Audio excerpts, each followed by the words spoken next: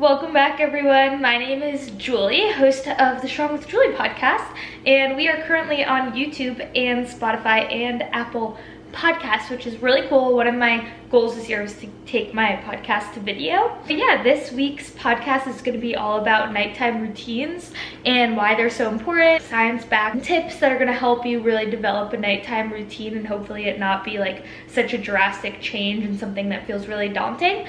I know we usually talk about morning routines, but we're just gonna like flip the script a little bit and talk about nighttime routines to just help you live your best life. But before we get into that, I have about 10 tips for how to do that. I do want to do the weekly report. Gus is next to me. If you see that, I can never do anything without him next to me. He gets FOMO. The weekly report is basically what I'm reading, eating, playing, obsessing, recommending, and treating. It basically just spells out report, and this is something we did on and off for a little bit, but I want to go through it because I have some new things and updates. I skip it a few weeks if I don't have any updates, but as usual, if you don't really care about this part and just want to get to those 10 nighttime routine tips, I'll put the timestamp in the caption where you can skip to it. What I am reading, well, what I finished reading is Little Secrets, and it was really good. The last few pages were the last like quarter of the book was so good, and it was just unraveling so fast, and I was just thinking like, oh, how could that happen? So it was page turner. I like that. I was in a bit of a reading lull. I told you guys over on Instagram, so the fact that this like got me back into it, I'm excited. Basically with reading, I typically try to do some sort of like realistic fiction or thriller, and then like a self-help type book or a biography or something that I can like really learn from, you know? But since we're still like getting back in the groove, I did another thriller for this next round, and it's called None of This Is True by Lisa Jewell, and I'm gonna start it. But you guys said that it's amazing. I posted on Instagram and everyone was DMing me like, oh my gosh, you're gonna love this book. Also, did you just fart? He just farted on me. All right. Gus, his farts are so funny. This is TMI. Now he's smelling it. Gus, all he does is just like a little, it's like a air coming out of his butt because his butt's exposed. Anyways, that's what I'm reading. What I'm eating is my meal prep. If you guys saw my video from Sunday that I posted on Instagram, my meal prep / bulk prep, like chicken, ground beef, rice, sweet potatoes, all the things, all the healthy things, because for the past 2 weeks, I've just been eating out a lot. I was in Connecticut, like with my family. They like to take me out to eat. It was my aunt's birthday. So when I do that, it's fun. I don't like feel bad about it at all. I just kind of like forget about it, but I just know going forward, okay, this week I want to like be a little tighter on my nutrition, and that's why I meal prepped.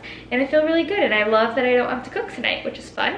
Okay, so I'm eating my meal prep. If you guys want a free PDF about how to meal prep, meal prepping tips, seasonings, recipes, things like that, I did one for a giveaway. If you're in my broadcast channel on Instagram, you could see that, or if you comment bagels specifically onto that post that I did Wednesday with the 4 bagel recipes, I'll send it to you in your DMs, or you could just like message me about it. But what I'm playing, I didn't really know what to put for this one because I'm not really playing anything. I did watch Brett play basketball Monday nights. We've been doing that, but the season's over now. He's pretty dang good. It's like something about seeing your man playing a sport. I was like, am I falling in love with you all over again? Like, this is so fun. But we're also doing sunset walks now that when he gets home from work, the sun is still out, which is so nice, and I love it. And we'll like watch the sunset in this little trail behind our place. Obsessing. Okay guys, what do you want to do? Get on my lap? You could do that. I am obsessing over the L'Oreal mascara and their new lip oils. They are so good, and I love a drugstore find. They're like under $10 for both of them.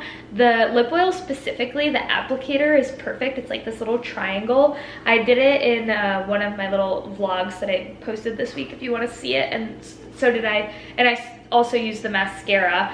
It just doesn't clump, and I like that because I like to just have like a super natural mascara. So definitely obsessing over that. Recommending those 2 things. Also, it's called Root It's. I think that's the brand. It's a dry shampoo, and I don't like using a lot of things with like aerosol in it. Basically like the sprays. Because even like all other like Batiste dry shampoo, like I know there's like toxins in that. I know it's not good for me, but like I'm a dry shampoo girl. Like tomorrow I'm gonna try my first hot Pilates class. I just did my hair today, like I'm gonna need dry shampoo tomorrow. But I don't like always spraying that stuff. So this dry shampoo, it's like a powder. It's almost like it comes with a brush, and then the powder's under it, and then you can rub it on your hair, and it is awesome, and it works really well, and it gives back that volume. So I definitely recommend checking that out. I think you can get it from Amazon. None of these are sponsored, by the way. None of my I'll tell you guys if anything's ever sponsored, but I usually like it if I am sponsored by it.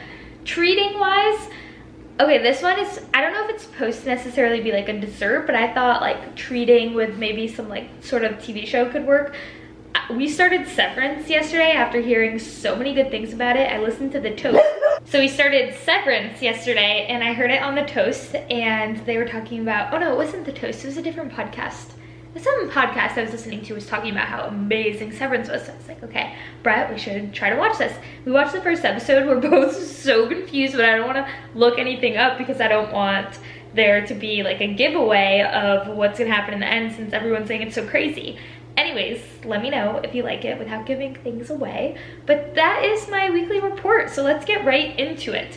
So I always like to start off the episodes and the premise with some facts, some science, some data, just so you know what we're talking about really matters. When it comes to sleep, we know how important it is. So according to a study from National Sleep Foundation, adults need between 7 to 9 hours of sleep per night. When we don't get enough, it impacts our energy and can disrupt our hormone levels like cortisol, so that stress hormone, and leptin, which is our hunger hormone. Remember, leptin is telling us like, yeah, I'm full, I feel good. Ghrelin is like, grr, I'm hungry.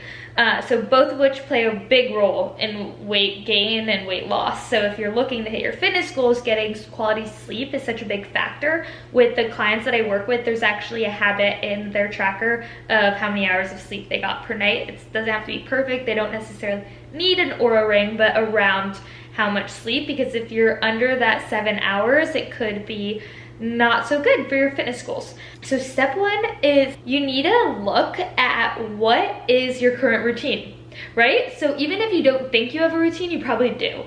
So for me, what it used to be is like I would have dinner, I would leave the dishes out, and then I would take a shower and scroll my phone until I fell asleep, which would take a really long time. Like that was my routine.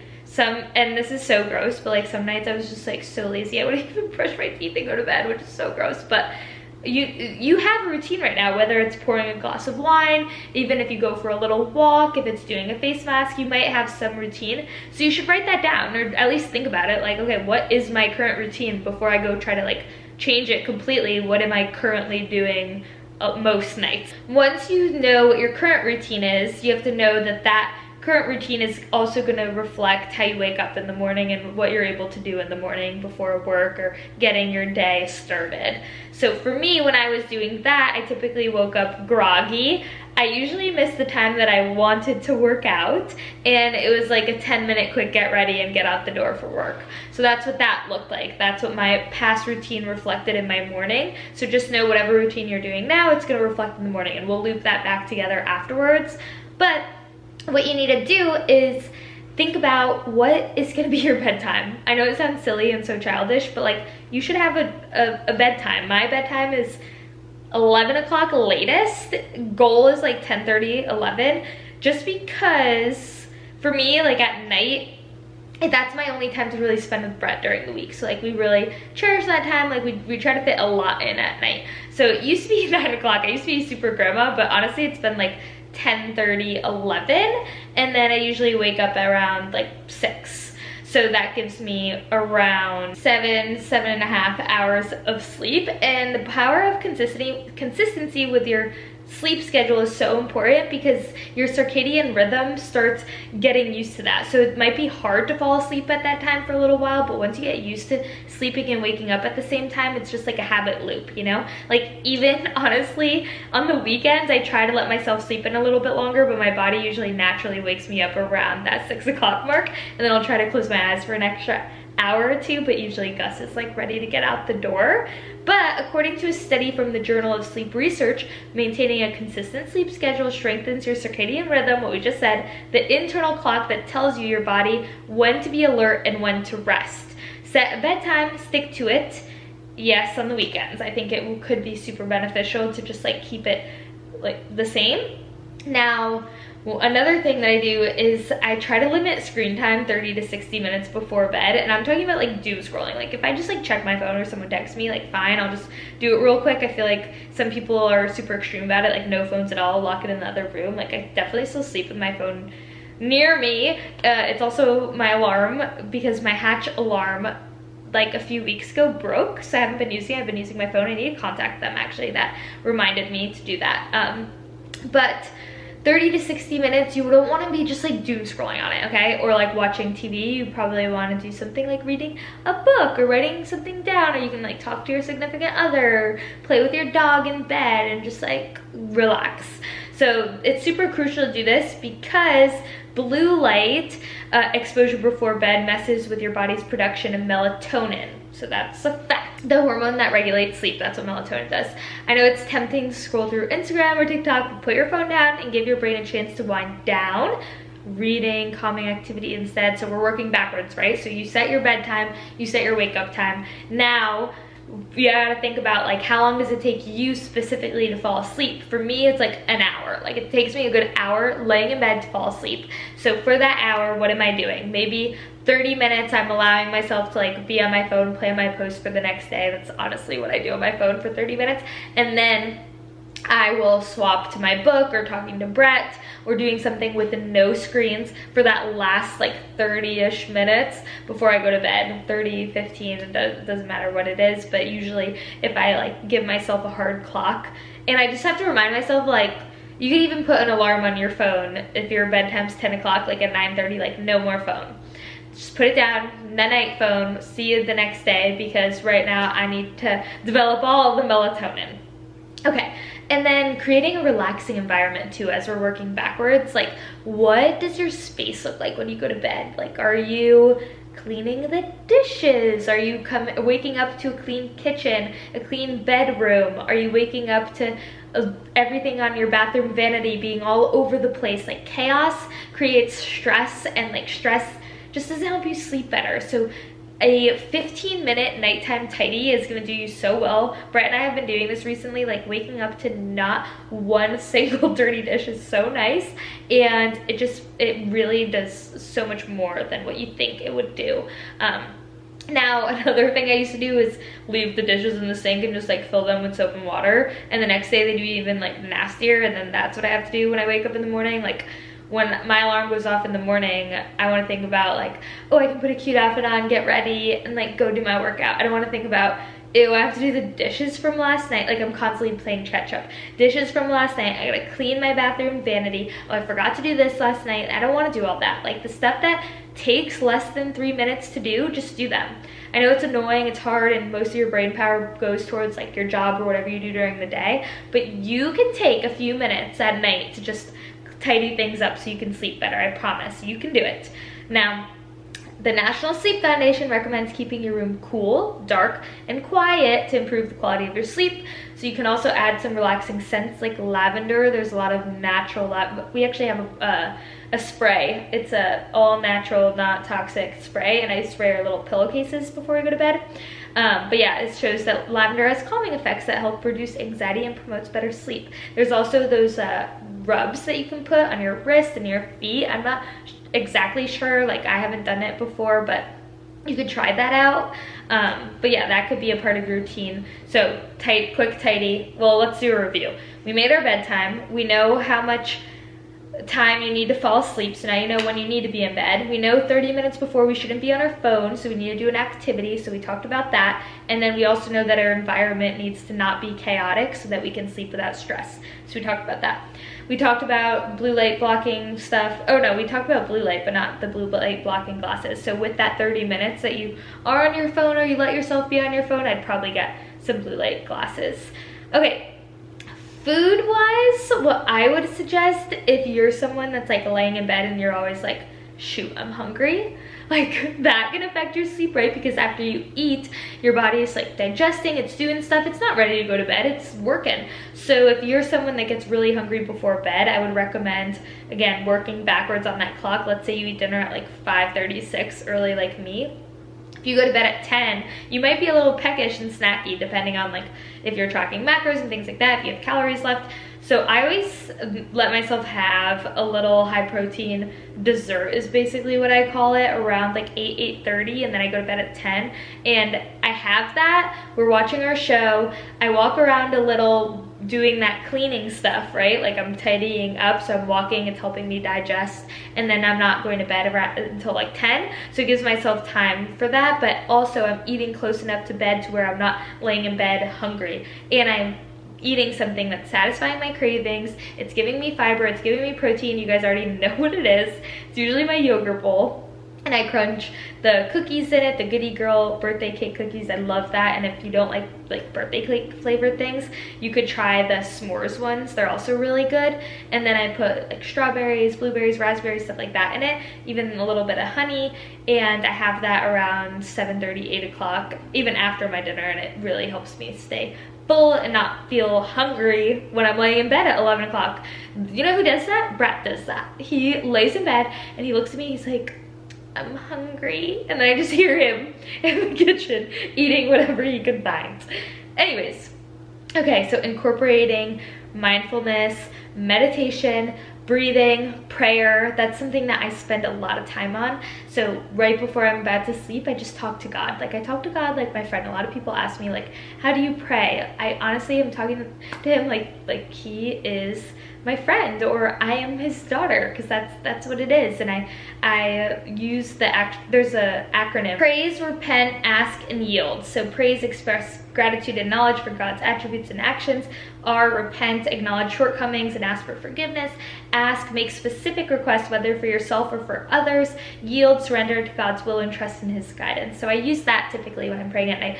Honestly, it just like comes naturally now because I've been using that method for a little while. But so that's why I had to look it up right there. But yeah, so whatever that looks like to you. So there's something called a 4-7-8 breathing method, and it's told to reduce anxiety. And basically what you do is you sit comfortably in your bed. You could sit, you could lay down, inhale for 4 seconds, hold it for 7 seconds, and then exhale for 8 seconds. And it's backed by the National Institute of Health for its calming benefits. So if you're someone that just like feels super anxious at night, you could try doing that too, maybe like during prayer or whatever you want to do. But yeah, that is super helpful. So again, looking at things backwards, I know it sounds like a lot, but if you think about it, all the little things that I'm saying, if you write them down, they seriously take like 3 or 2 minutes. Like it's super quick. Another thing that is kind of correlated to nighttime routine, but sleep in general, is if I am not active during the day, I cannot sleep. I notice that about myself. If I do not hit my steps, I do not sleep well. So I really want to move my body. I want to tire myself out. Like I want to be at the end of the day and be like, I need rest right now. I need recovery right now. Like if we're sitting on the couch all day, or if you just go to the gym and you sit on the couch for the rest of the day, your body's not gonna be tired at night. It's gonna be like, heck no, girl, like we got more energy here, like let's keep going. So that's another thing you should think about, like how active are you throughout the day, where are your steps at? I feel like every single podcast with tips that I do always leads back to how many steps you're taking. So like 10, 12,000 steps, I don't know, wherever your steps are at now, what I would do is add like 2,000 as your next goal, and you can literally track it on your phone. Now, if you're still having trouble and you're trying to find a little routine, a little hot cup of bone broth, they have the magnesium hot chocolate now, like that would be really nice. So you can make it nice and cozy, put it right by your bed, like anything to get you cozy feeling vibes, do it. I love hot chocolate, and that's something that I do once in a while, and just having it by my bed, taking like a few sips, it warms your body, but you have like cold sheets. Something else that I posted the other day was that chili pad. So it is basically a little mattress pad that goes under your sheets, and it cools your sheets off. That way you can sleep at a comfortable temperature. And we actually got a half one. So like Brett, for example, he doesn't like it that much. I like it, so that's why I have it on my side. But sometimes he's crawling over my side, I think, because he's sweating. So You could try it out, and you could always return it, I think, if you don't like it. But if you have the ability, just lower your temperature too. I know I said it's not sponsored, like it's not necessarily sponsored with the show, but I did want to just say that I work with Bomar Nutrition for all my supplements. They do have some sleep aiding supplements you can take a peek at. I know they have a powdered drink that doesn't make you like groggy in the morning, like taking a melatonin would. So if you guys do want to check any of that stuff out, all you need to do is go to the website, and then if you use the code Julie, you get a discount. And if you do use my discount, let me know. I don't really know if I should do like giveaways with this. Honestly, I don't even know how many people use my code. I know other people and influencers or coaches do a monthly giveaway, so if you guys want me to do that, let me know. I just feel like I have a lot going on, but if I want to keep track of something, I will do it. If I put my mind to it, I will do it. That is an affirmation right there. So if you guys want it, let me know and I can do it. But I just don't know if people even use the code that much, because I feel like I don't talk about the supplements I take too much. I want to ingrain in everyone's mind that food is the focal point,